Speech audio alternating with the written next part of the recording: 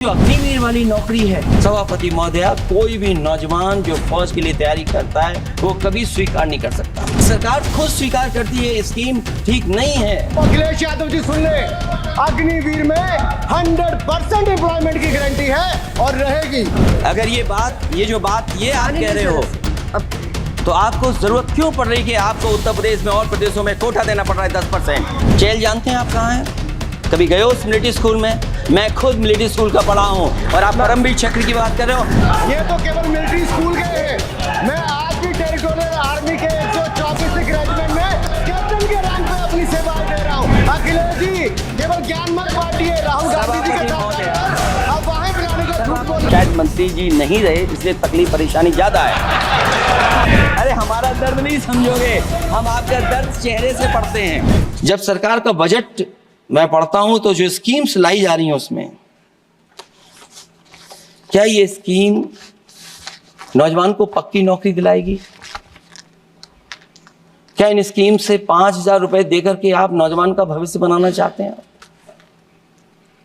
आप क्या दे रहे हैं आप? और मुझे तो ये लगता है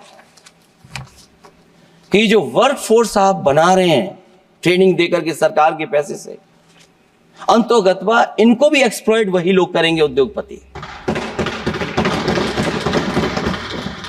आखिरकार जब इतनी टेक्निकल, इतनी ट्रेन फोर्स होगी तो आप ये मुझे बताइए कि उसके भविष्य क्या होगा। अगर इतने बड़े पैमाने पे आप ट्रेनिंग करा रहे हो, सरकार का बजट उसमें खर्च हो रहा है, तो सभापति महोदय उनका भविष्य क्या होगा 5 साल के बाद? और जो अग्निवीर वाली नौकरी है सभापति महोदय, कोई भी नौजवान जो फौज के लिए तैयारी करता है वो कभी स्वीकार नहीं कर सकता। जब पहली बार ये स्कीम आई थी अग्निवीर, उस समय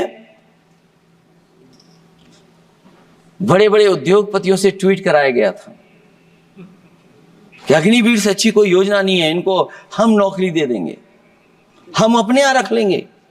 और शायद सरकार में बैठे लोगों को यह बात याद होगी, क्योंकि सरकार खुद स्वीकार करती है ये स्कीम ठीक नहीं है, तभी वो अपनी अपनी सरकारों से कह रहे हैं कि अग्निवीर वाले जो लौट करके आएंगे उन्हें कोटा दीजिए, आप नौकरी दीजिए।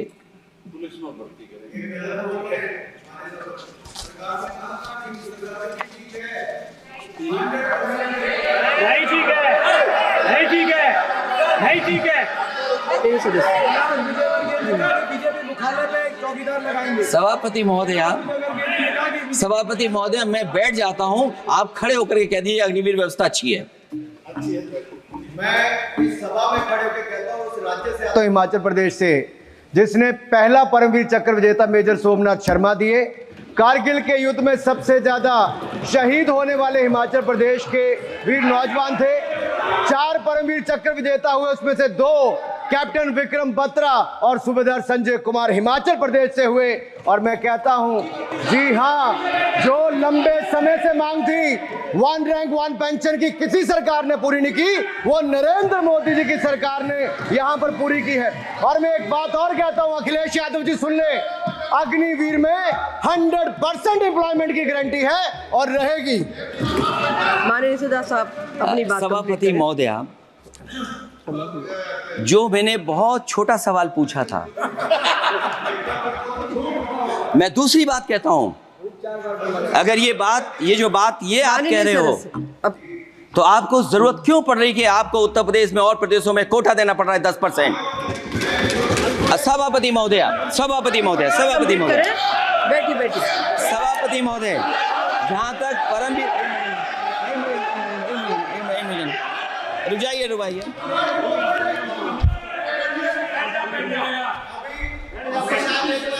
अरे सुनिए दो। माननीय सदा साहब अपनी सभापति महोदय, सभापति महोदय, चेल जानते हैं आप कहाँ हैं? चेल जानते हैं आप कहाँ हैं? कभी गए हो मिलिट्री स्कूल में? मैं खुद मिलिट्री स्कूल का पढ़ा हूँ और आप परमवीर चक्र की बात कर रहे हो तो हम भी तमाम नाम गिना सकते हैं। माननीय सदस्य से मैं आग्रह कर रही हूँ, आपस में चर्चा न करें।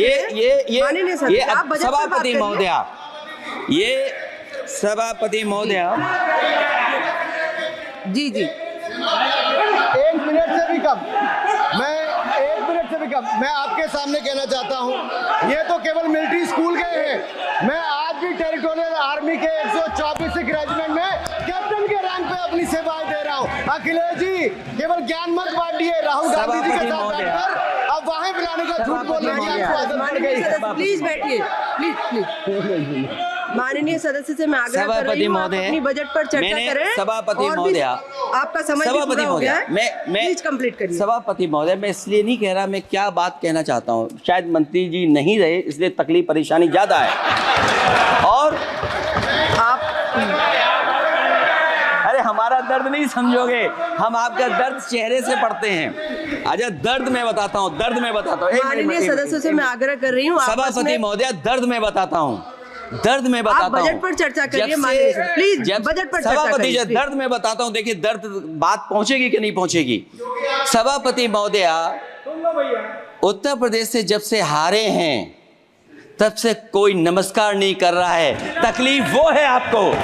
कंप्लीट करिए। वो वीडियो हमने देखा है प्लीज कि कोई किसी को नमस्कार नहीं कर रहा है, कोई किसी को देख नहीं रहा है। चलिए, धन्यवाद माननीय। और जो अपने आप को बहुत ताकतवर कहते थे, बहुत ताकतवर कहते थे आप अपने आप को, जिसने हराया उसको नहीं ये हटा पा रहे हैं।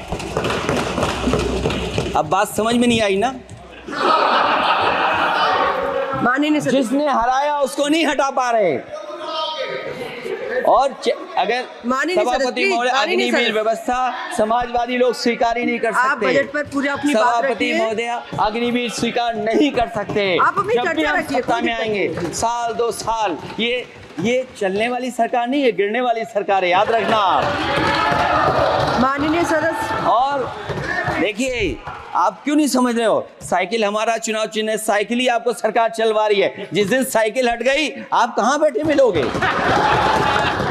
और दूसरे हमारे साथी हैं जो हमें लेकर के यहाँ लाए थे। माननीय सदस्य से मैं आग्रह कर रही हूँ, कंप्लीट करिए।